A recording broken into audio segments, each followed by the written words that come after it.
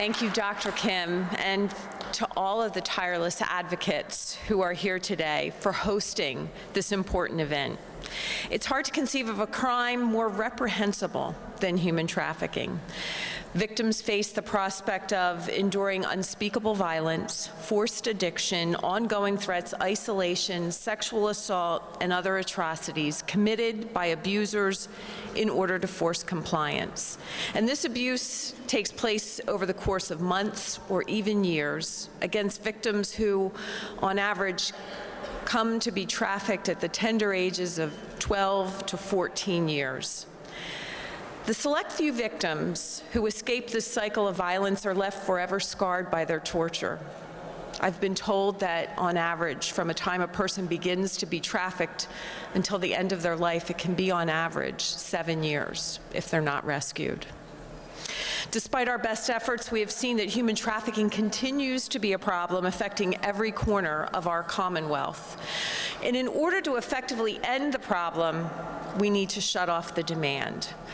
Gone are the days where we would label those victims of human trafficking as prostitutes.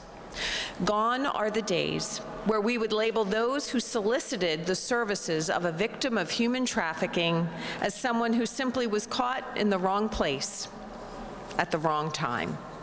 We must stand with the victims and send a message that we want to fight to end this egregious industry in Pennsylvania.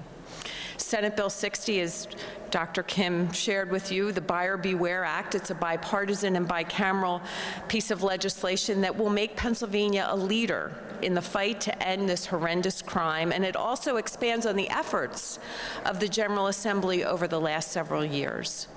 This bill will increase penalties on criminals who recruit, entice, solicit, advertise, harbor, transport, provide, obtain, or maintain a trafficked victim. If that victim is used for sexual servitude, the penalty for that criminal is a first-degree felony. If that victim is used for labor servitude, the penalty for that crime is a second-degree felony.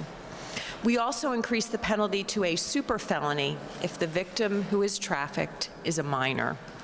Another key component of the legislation is that it increases the penalties and fines on those who patronize these victims. As William Wilberforce, who fought slavery in Europe during the 19th century, said, "You may choose to look the other way, but you can never say that you did not know." We know, and that's why this legislation mirrors bipartisan legislation here in the House, House Bill 12, championed by Representative Seth Grove of York County and Representative Wendy Thomas of Bucks County. And I have to thank them for their continuous support and their tireless advocacy on this key issue. This legislation would not have made it to the governor's desk without them.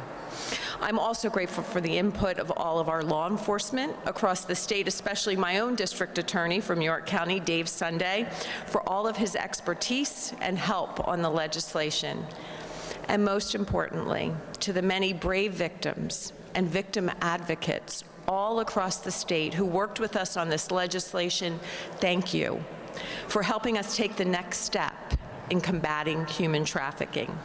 It's due to all of your efforts that this legislation passed the Senate, the House, and it currently awaits the signature of Governor Wolf. I look forward to his signature on this critical component to show how Pennsylvania can be a leader on standing with victims and punishing criminals of this heinous crime. And I, too, Dr. Kim, look forward to the day when we rank 50th in the nation. Thank you.